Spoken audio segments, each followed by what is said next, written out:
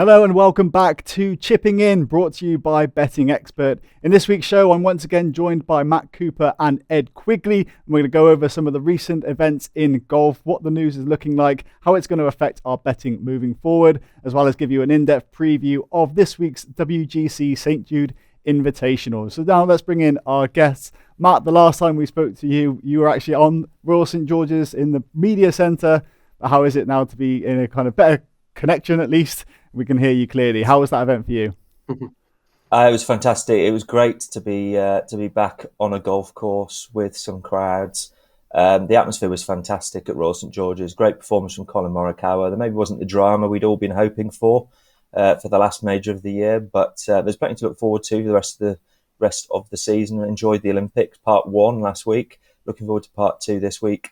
More World Golf Championships. And also we've got the FedEx Cup coming up and the Ryder and the Southwind Cup, so lots to look forward to. Absolutely. And Ed, we'll go into a little bit more depth on the Olympics as well, but how good was it to see a 7-man playoff for third place even? Absolutely, yeah. I mean, in the high jump, wasn't it, they decided just to share gold medals, whereas in golf you get a seven-man playoff for bronze. That's probably the most entertaining part of it all, to be fair. No, it was pretty good, wasn't it? I mean, when Colin Morikawa got his initial shots about 2 feet to tap in, I think he thought he was going to walk away with it. And then, of course, on the following playoff hole, he's pretty much plugged ball in a bunker and CT pan, for Chinese Taipei, and he got the job done. It was good fun, but obviously, Xander Schauffele got the gold medal, broke a bit of a hoodoo. I think he'd gone 2.5 years without a win of any description, so that's a kind of monkey off his back. But it was good fun, the Olympics, put it that way. Well, the men's singles was, put it that way. Great stuff, Ed. Well, pleasure to have you both on board. Let's crack on to the news section on Chipping In.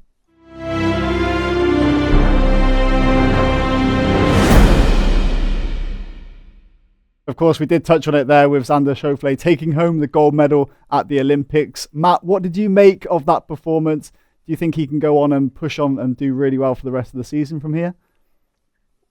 Yeah, I think Ed made a really, really good point. It was 2019, the start of 2019, he last won. And he'd actually finished second or third 11 times since then. Even when he was actually the low scorer at an event at the Tour Championships last year, he didn't win the title because, of course, that event has his handicapped shots. So it was almost like the fates were sort of determining that he wasn't going to get another win. And it was amazing. He'd gone from a player who astounded everybody with his ability to get near the top of the leaderboard and win to a bloke who seemed to find all sorts of ways of not winning. So I think he actually said as much that the pressure was really getting to him, and that it was well known amongst his team that this difficulty of getting over the final hurdle was becoming a problem. I don't think it was necessarily a surprise in a way. The more the week went on, the more it became apparent that with his Japanese heritage, the fact his grandparents lived there and his mother was brought up in the country, and also the fact that his dad had his own decathlon Olympic dreams smashed by a drunk driver many years ago, I think that really inspired Xander to put a great performance in last week. And often those are the strange little things we look at. From a golfer's point of view themselves, they're always seeking perfection. They're always working very hard to get everything correct. And then what is it that actually makes the tiniest amount of difference in the week of a win? It tends to be little things like the inspiration that they take from something that almost could not be predicted. But yeah, I think he'll go on to he's such a marvellous performer in the majors. I think half of his performances are top tens. I think now his next target will be to win one, and it's well within his capacity. And for you, Ed, watching on, I know in the past players have maybe been a little bit critical or even reluctant to go to an Olympics, but do you think players are going to take it a bit more seriously now? Some of the comments like from Rory McIlroy, for instance.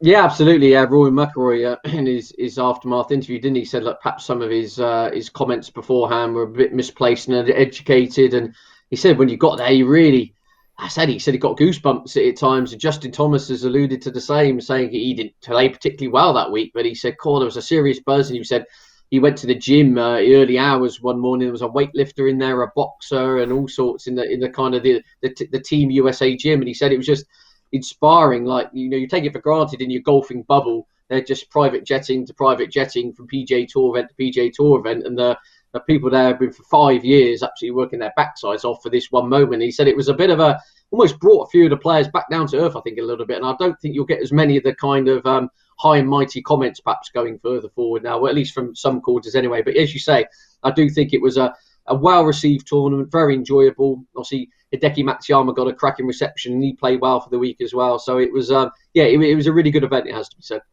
And Matt, just a special shout out to the silver medalist as well, Rory Sabbatini, moving over to Slovakia to secure that medal. What did you make of that performance? Well, and I thought it was all part of the sort of the grand theme of sort of cosmopolitanism of the men's competition. So you got Xander Schauffele, whose mother was originally from Chinese Taipei. Her family moved to Japan. She was brought up there. His father was French German. His grandfather actually officiated at the Olympics back in the 1930s. So he was very cosmopolitan. And then Rory Sabbatini has Scottish, Italian, Irish background. Born and brought up in South Africa, lives in America, and is married to a Slovakian and represents them. And to be honest, he's had a lot of stick over the last 4 or 5 years for making that move. But in actual fact, I really liked his post tournament press conference when he said that his wife's brother is the head of the Golf Federation. They thought, how do we make golf big in Slovakia? I suspect it's quite a big talking point in Slovakia at the moment, and it might do a great deal of good for golf in that country. And so from that perspective, I think you've got to pat him on the back. And also, what a fantastic round. I mean, he almost pulled off one of the great golfing coups with that round of 61. Put a lot of pressure on Xander Schauffele. Absolutely. Now, just moving on to some of the players that weren't involved at the Olympics, of course, Jon Rahm, Bryson DeChambeau as well. So we have DeChambeau back actually in contention at the St. Jude Invitational. But Matt, I mean, how do you think that maybe you can kind of write him out or rule him out for this upcoming event, given that positive test? It's a possibility. Of course, we never quite know. Did he have a positive test and was asymptomatic, or was he struggling a little bit? I think hopefully we'll find that out a little bit more before Thursday's first round. I think it's probably more likely that this golf course will neuter his current approach, which of course is to attack a golf course, and to do so, I mean, given how he adores the notion of scientifically attacking courses, at the moment he seems to be taking quite a blunt blunderbuss to golf courses, and this golf course kind of demands quite an amount of accuracy, both from the tee and also with approach play. So I think that might be a bigger problem for him than COVID, because I would assume if he's in the field, he's not feeling particularly poorly. Yeah, absolutely. Now, one player I do want to touch on as well is Louis Oosthuizen. So the last time we had an addition of chipping in, it was the Open. Louis, of course, registered another top 3 finish without a win. Ed, is he destined to just be forever perennial bridesmaid, or what does he need to do to win? Oh, that's a very good question. I wish if he knew, then he'd have 5 or 6 majors to his name. I mean, it's quite remarkable, really.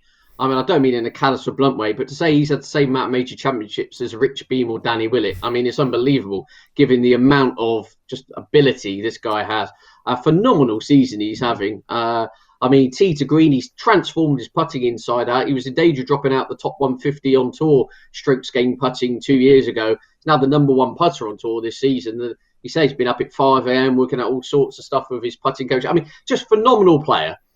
For whatever reason, I mean, we've all got our kind of theories, and I mean, for goodness sake, I mean, I'm tee to car park at the best of times, not tee to green. So who am I to really criticise Louis Oosthuizen? But it just seems to me, when it's in the majors I'm talking about, when it comes to a Sunday, I always take the view that there's always one player for the week that will do everything at 10 out of 10, whereas Oosthuizen just seems to do everything at 9 out of 10. And it may be an unfair comment, but I always just wonder whether there's just a player will always just accelerate past him and always almost goes and wins the tournament. I'm not saying Oosthuizen loses the tournament. There just seems to be someone come out of the pack from somewhere else and just produce a bit of magic, which Oosthuizen just doesn't seem to produce. He plays incredibly well, and his record suggests that. But it is start of a worrying trend. The fact that he's never won in America is absolutely mind-boggling. And the fact he just keeps getting there so close so often and just lacks that kind of 6th, 7th gear, if you see what I'm saying, just to really go on and win it on the final day. I don't know. There's probably a whole host of multitude of factors. And the truth is, Joe, I mean, you're talking very fine margins about him being considered one of the top 25, 30 players of all time. In truth, he could easily have 6, 7 majors by his name by now. He's that good a player. For whatever reason, the cookie just doesn't crumble for him. But look, he's still got time on his side. He's only in his mid to late 30s. Imagine he's not a player as well, Joe, who's brought up on sheer physique and overpowering and athleticism. You know, he's got golfing now, so lovely natural swing and rhythm. He's going to be a player who kind of, as they say in footballing terms, plays within himself. And I think he'll, his style of game won't kind of get outdated, and he'll still be here within a decade. He'll still be knocking on the door. Just be great to see him win another one, because, as I said, it's almost unthinkable to think he has just the one major, which was now over a decade ago, because his ability entitles him to be not whoever entitled to win anything in golf, but he should be winning a lot more majors given how good he is. Of course, given his placings as well, I mean, maybe that makes him a good each-way bet pretty much every tournament he plays by the looks of things. Well, he's as a golf punter, especially myself, who tends to be win only. He's absolutely wonderful and eternally frustrating in equal measures, isn't he? But unbelievable golfer, Louis Oosthuizen, one of the best South Africa's ever produced. But he doesn't have enough in the wins column to do justice to the amount of ability he can produce in a golf tournament. Absolutely. Now we're going to round off the news section with a look at the women's event in the Olympics as well. Matt, I know you've got a couple to keep an eye on in that event. What do you make of it? Yeah, really looking forward to this week. I spent yesterday looking through the comments of the various players as they were looking at the golf course, and I think they feel there's an awful lot of similarity between this and a classic US Women's Open setup. It's actually longer than more recent US Women's Open setups, but it's got sort of quite clingy, rough, firm greens. I think the greens are going to actually be firmer for the women than they were for the men, because it's just been a little bit drier. So that's going to give them a slightly different test. I think they're also slightly surprised to find that the course is as long as it is. They'd anticipated it being a little bit shorter. But I think that kind of plays into the hands of a couple of players. One of them is Philippine Yuka Saso. She won the US Open last month. She's only played 7 times on the LPGA. She's contended or gone low in every single one of them. She's won twice in Japan last year. She's also won the gold medal at the Asian Games 3 years ago. So she knows what it's like to go to a multi-sport event and excel in her particular discipline.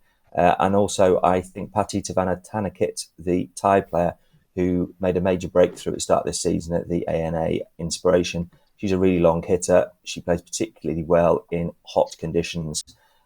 She hits the ball fast distance, but also very high into the greens. Again, she's just been knocking on the door in addition to a breakthrough win this year. I think she's got a great chance. But I think also, aside from all of that, there was a fascinating chat with Inbee Park yesterday, who won 5 years ago.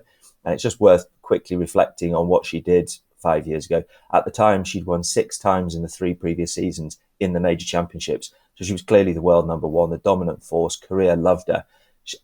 In spring of that year, she got injured. She was in terrible form. She shot like an 84, 79 to withdraw. She took 2 months off. Everybody was putting pressure on her. Are you going to win gold medal? She took 2 months off, turned up, won gold medal, took 8 months off to get rid of the injury. And she said yesterday the pressure was like nothing she's ever experienced in her life. She felt the whole country's hopes were on her shoulders. She overcame that and got the win. But it's really interesting. She's never won a major since. She's an absolute machine at getting top 10s at them, but she's never won. And it really makes you wonder whether that sort of spectacular effort that she had to put in then has actually had quite an impact on her sort of heading on in the rest of her career. So I found that really, really fascinating. And one little thing, just heading back to Louis Oosthuizen, maybe he'll get inspiration from Xander Schauffele, who of course has been knocking on the door so often. Will he get there? But at the same time, I actually really, really like Ed's notion. I am now always going to think of Louis Oosthuizen as the driver in the middle lane who's driving at 70, and everybody else just spurts past him when they get to their junction, and they just put their foot down and get past him. I think that's going to be the image of Louis Oosthuizen at the majors for ever to come. Well, of course, he is in the lineup for the St. Jude Invitational. So we're going to move on now to our preview of the upcoming WGC event at TPC Southwind.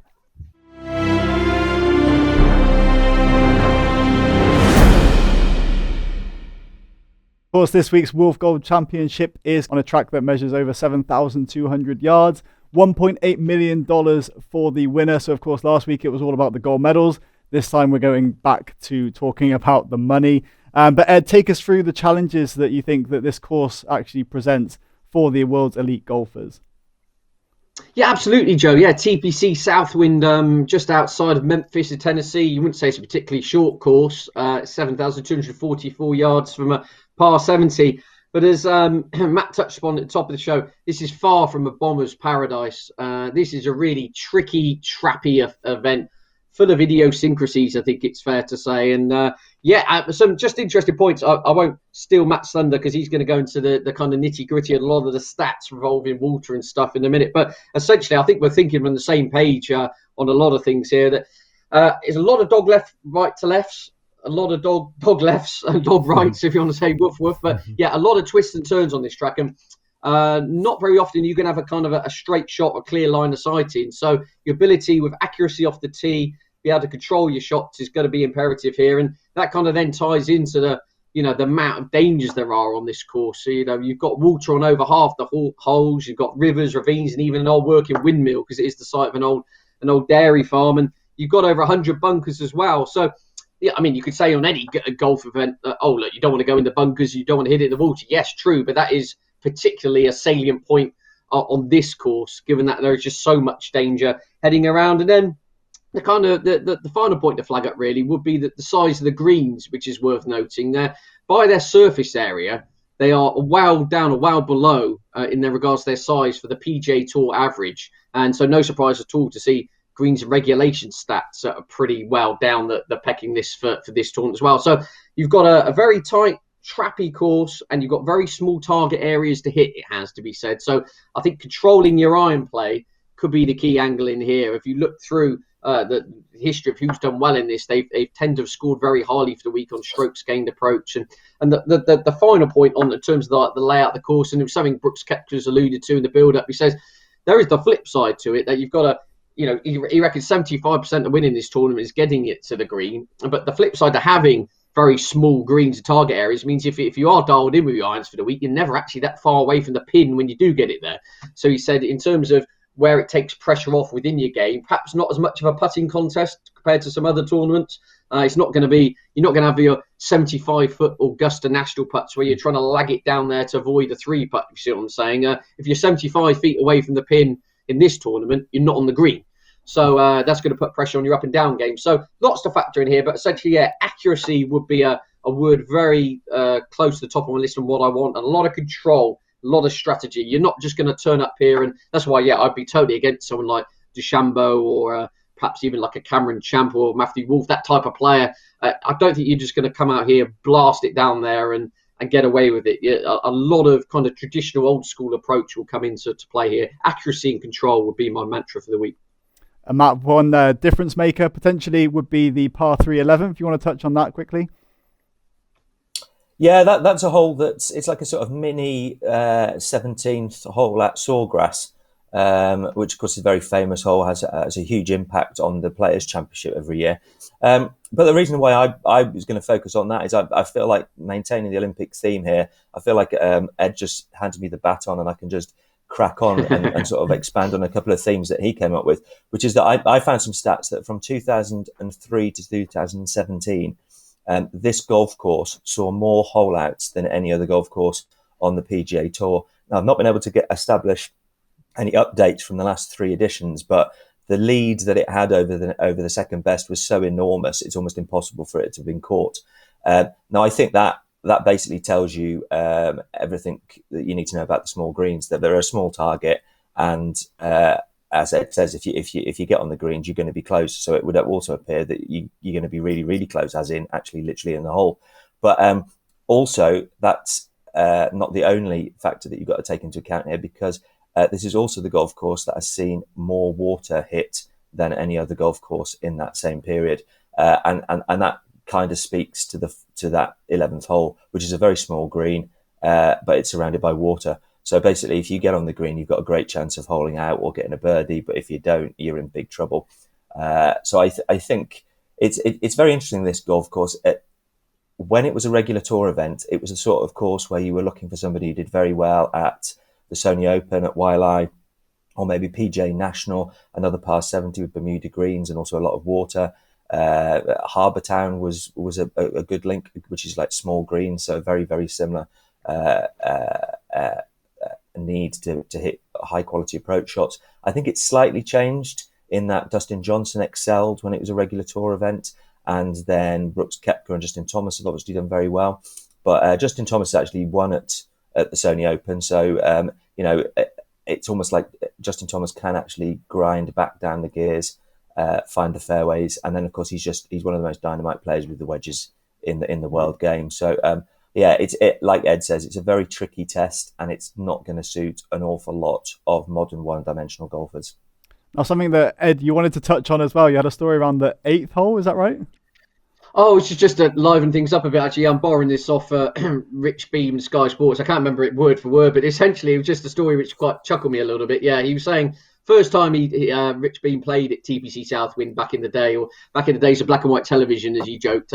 He said it was a bit of a rush preparation. I think his practice round had got wiped out due to the weather, and his flight got delayed, and then he was stuck in traffic turning up to the course. He basically just made it to his tee. He's teed off. He's gone through the first 7 holes at around level par. Gets to the 8th, and he couldn't believe it. It's like the galleries were packed. There was people queuing up round the green. He thought, God, I'm in the marquee group here. Rich Beam, the crowds are out in force to come and watch me. Anyway, he puts it to about 8 feet for birdie. He said, the roof's coming off the proverbial non-stand that is there, if you see what I'm saying. So he walks up. Then he said it all kind of just, it twigged. It was only about 10 o'clock in the morning. There were clearly a few light beverages had been sunk in and around the green. He thought, God, what's that smell? This is absolutely fantastic. But essentially, if you ever get to go to TPC Southwind, just off the 8th green is basically the world famous barbecue pit, where you've got the ribs, the steaks, you've got the burgers, you've got the sticky barbecue ribs which made the national finals. You've got the whole lot of that. And he basically said, he was crestfallen because he thought everyone had come to watch him and cheer him on. It was basically everyone had been on the ale since about 7 a.m. and getting stuck into the cheeseburgers. And then he said it just totally threw him because he'd missed his breakfast in all the hula-baloo of trying to get to the course. He said it just totally took his mind off things. He said he got on to the 11th hole. He's trying to visualise, where's the water, where not to hit it. And all he can see is the menu for the rib shack in his mind when he closed his eyes. So, yeah, I think he said he went on to shoot about +6 for the back 9 there, and pretty much made an absolute Horlicks of the tournament. But I just thought that was quite kind of sums up the course, if you like. It's an old school dairy farm. It's got old school barbecues going on. The locals are normally, back on the course now, out in force. It's got a lovely kind of vibe, and the weather as well looks like being 30 degrees plus. So yeah, I'd imagine there'll be a few diet lemonades being sunk around the 8th green over the course of the 4 days. Put it that way. So maybe look out for the guy that's either the most fed or who can avoid distractions. Well, to put it that way, if it was me playing at the course, I'd probably do exactly the same. I'd get to the 8th and then just feign an injury or something, and you'd see me there getting all the toppings on the cheeseburgers. Put it that way. Great stuff. Well, let's move on then to the betting for the WGC St. Jude Invitational, led by Brooks Koepka.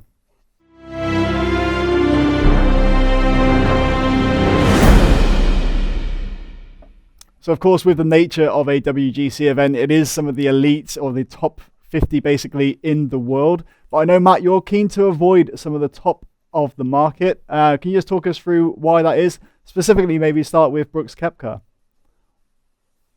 Yeah, in actual fact, Brooks Koepka's he and Jordan Spieth are probably the two that I'm least wary of. I'm not entirely sure that this is a golf course for Jordan Spieth, but Brooks Koepka, I'll leave that to Ed because I think he's keen. But the reason why the other 4 in the sort of top 6 I'm quite happy to miss out on is simply the fact that they've come from Tokyo. I think ordinarily, if you'd just come from Asia over to Tennessee, it could be a little bit tricky. However, golfers do have a remarkable capacity to undertake long-haul travel, cross time zones. Ordinarily, most of us will be absolutely exhausted by this sort of thing. They get used to it. They find out how to deal with it. But I think on this occasion, it could be a little bit different. I think they will have experienced quite a sort of emotional and mentally and physically draining week. If you listen to a lot of the stories about what they did when they were going to and from the golf course in Tokyo, that sounded the sort of thing that would be quite draining. It's difficult. When you listen to Rory McIlroy, he was quite excited because he said because of the time zones, he gets an extra day when he goes back, and he was actually going to Florida before he heads to Southwind. He was actually hoping for 2 nights. Now, how the hell he squeezed that in, I don't know. I mean, that might be worth contemplating. Either Rory McIlroy will be sort of energized by the fact he's managed to get home and seen his wife and daughter, or he's going to turn up at Southwind at the last minute and having done a lot of travel. But generally speaking, I think a lot of them are going to be enough off their top game that they're ripe for the picking, I think would be the best way of putting it. And that's it. I mean, given the standard of the players as well, like you can't really drop your game at all because you're going to get punished, right? But Ed, you are going to actually look at Brooks Koepka as one of your top picks. But why is that? Yeah, absolutely. I think Matt makes a lot of sense there. I mean, the whole kind of how long players have been on the go. Like some Morikawa, obviously, Royal St. George's, the playoff in the Far East, then back, and Xander Schauffele, the emotional kind of come down as well. As you say, there's very small margins at the top here, and you've got someone in Brooks Koepka who hasn't played. Now, this is a separate story in terms of what golfers do on their time off is really fascinating. I mean, you listen to like Justin Rose on social, he tends to just have it fairly quiet, but he goes through a lot of kind of technical approach with his coaches and his team, etc. Whereas you've got someone like Phil Mickelson, who there are no days off for him. He's up at 6 a.m. He's on his yoga mat. Then he's driving 7,000 balls on the range. Then he's back in for his hummus and tofu. And then out we go and do it all again. And then you've got someone like Brooks Koepka, who says he's thrown his bags in the garage and he hasn't seen them since. And he's been at an NBA game as a VIP, and he's been at a charity gala for cocktails. And so, look, there's no right or wrong, is there, Joe, in terms of preparation for a tournament. It's what works for the individual, and the fact they're all still here and playing at this level pretty much is testament to that. And in regards to Brooks Koepka, I just think generally he said himself, saying to Amanda Balionis the other day, almost says he wants to get to 10 majors and then retire. That's his kind of his plan. It's all about the majors for him. But outside of that, you could argue perhaps the players and the WGCs are something which he cares or he's done well in. I mean, he's obviously won this a couple of years ago, and he just hasn't.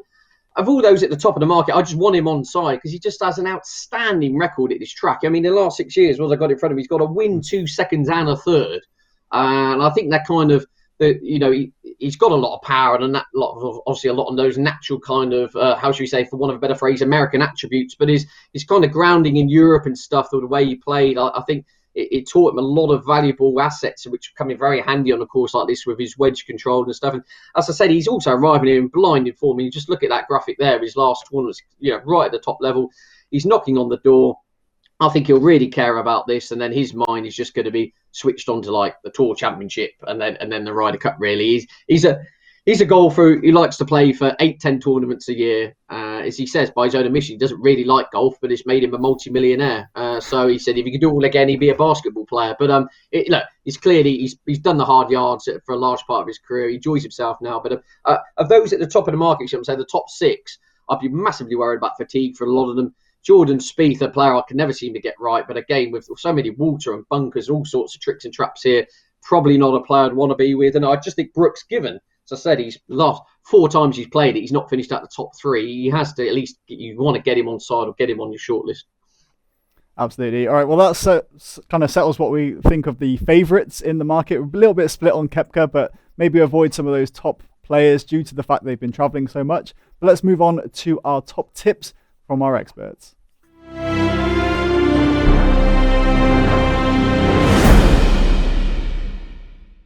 Starting with you, Ed, I want to bring in your best bet for the tournament. Can you talk us through who that is?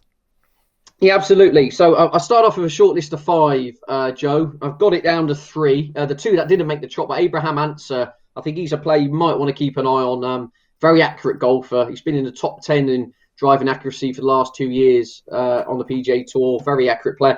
Dustin Johnson is one I'm really umming and ahhing about because he's almost drifted to a backable price now. He's back in the old, when it was a regular PGA Tour event, he won it a couple of times. So as Matt touched upon, he does have some good course form here. So that is something to bear in mind. But I've come down to 3. Brooks Koepka got on side, which leaves me with 2 other picks. At the bigger of the 2, be Webb Simpson at 35 to 1 or thereabouts. He's a golfer by his own admission, hasn't had the best of seasons, it's fair to say. It's quite weird, really. I mean, he's usually, if you go back to like 2012 when he won at the Olympic Club and everything, he was just metronomic tee to green, he would have to say. For whatever reason, this season, things just haven't been happening in that department, which is pretty much a danger and not what you want, funny enough, on this course. However, we touched upon its idiosyncrasies, and I just wonder whether this could be the place which just gets his juices flowing again. He's finished 12th and 2nd on his last 2 visits here, so the course clearly shapes his eye. And as I said, normally, he's a player you could almost just rely on just to grind it out and get it onto small targets and not make mistakes, which I think is kind of the angle for this course. And he's always had an excellent chipping and scrambling game. I mean, he's officially on tour this season, the number 1 bunker player on the PGA Tour. So given there's 100 bunkers on the course, law of averages, you're going to find yourself in a few of them. So I think there's a lot of his game which is kind of almost there, and he's not far away. And the reason I'm picking him at 35-40 to 1 is I think if this tournament was out 6 months ago, he was probably a 16-18 to 1 shot. So I think you're kind of getting a price to find out, if you see what I'm saying. And the fact he's been here twice and played well, he's basically he's in my 3. And then my main selection, we're going to here, Joe, is Daniel Berger from Florida. He won this event twice when it was the regular tour, when it was the regular St. Jude back in the day. He's again, I said Louis Liu stays and does everything at 9 out of 10. I'd say Daniel Berger's pretty much doing everything about 8.3 out of 10 at the moment. He's just a player without no real obvious chink in his armour, plays real tricky golf course as well. You know, he's top 10 in both majors recently, in both the Opens, and obviously he won at Pebble Beach earlier in the season as well on a very tricky golf course. So he's a golfer who can shake the ball right and left, plays a soft little fade. He's got this low little draw. And obviously Pebble Beach would be a totally different golf course to this, but similar principles in the fact that he could control designs against winds and tricky pin positions. And it's clear this is clearly a course that really suits him. He's not a golfer who's ever going to go out there and take a golf course apart, but he's very much a damage limitation kind of player, and he kind of plots and thinks his way around with a lot of strategy. And you see from his record on tricky golf courses, it's kind of comes to fruition. I said he's won it twice. He's a very good player of his irons. I think he ranks 14th on strokes gained on approach this season. When he won the tournament back in 2016, no shocks, he was number 1 in the field for his strokes gained. So, as I said, he clearly has mastered this track in regards to approach shots, and that will be the key here. If you're getting the ball on the green, given they are such small target areas, you're going to give yourself a lot of birdie looks here. So, yeah, Daniel Berger would be my main selection for TPC Southwind this week. Great shout. Now, one player you were in disagreement about was Brooks Koepka, but one you do agree on is Webb Simpson. Matt, talk us through why he's one of your picks. There's not a great deal that I can add to what Ed said, except perhaps to say, I mean, I'm always very, very keen on Webb Simpson when he's playing on Bermuda greens, or perhaps Paspalum greens as well, which are very sort of similar.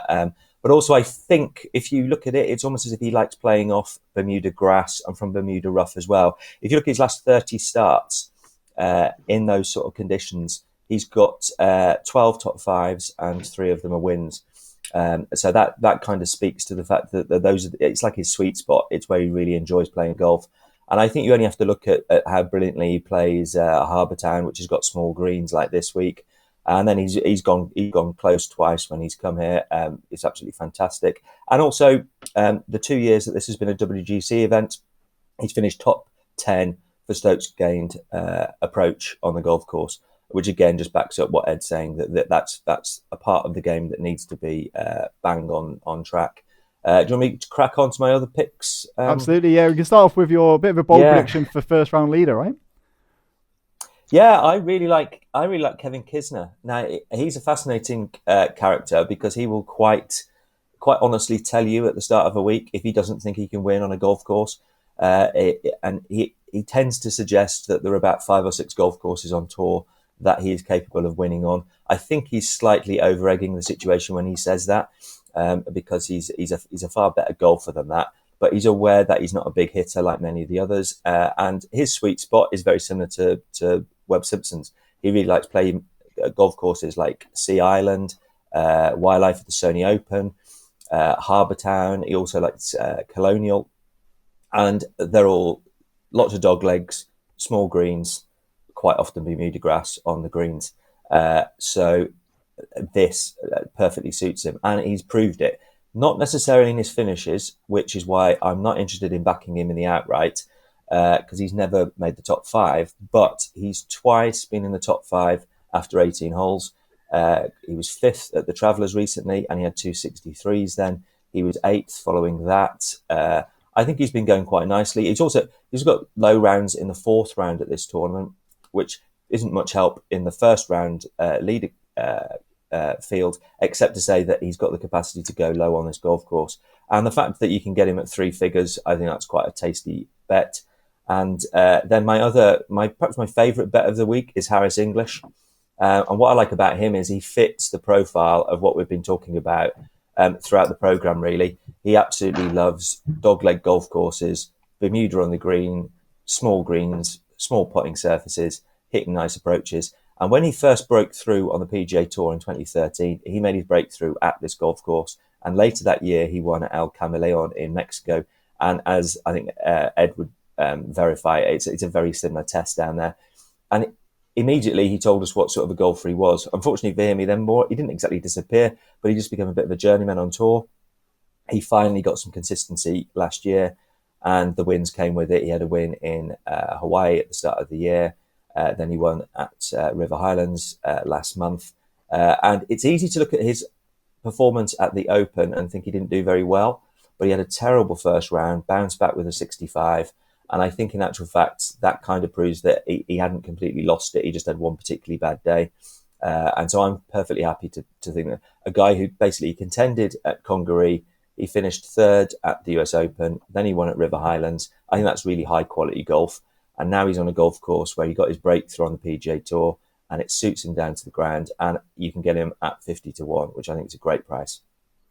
Great stuff, Matt. So that rounds up our top selections for this week's WGC St. Jude Invitational. Guys, absolute pleasure to have you on board once again for chipping in. We'll be back again very soon to get your feedback as well, see how the results did, and also hopefully preview another golf event coming very soon. But guys, thanks a lot for joining us for this edition of Chipping In.